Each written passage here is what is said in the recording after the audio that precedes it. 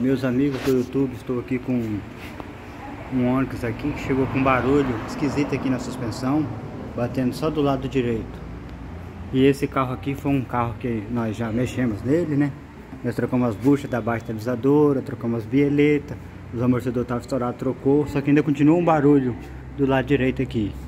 Aí eu examinei aqui, cansei de caçar o barulho aqui e tudo, né? Olhamos o coxinho do motor e tudo, até que nós descobrimos que o que tava batendo nesse carro aqui, ó, é a caixa de direção, ó. Ó o barulho. Já desse lado de cá, ó, não tem barulho nenhum. E aqui não é o braço axial não, o barulho é interno na caixa mesmo. Então se alguém tiver com um Onix aí, esse pode ser o defeito do seu carro, a caixa de direção que tá batendo.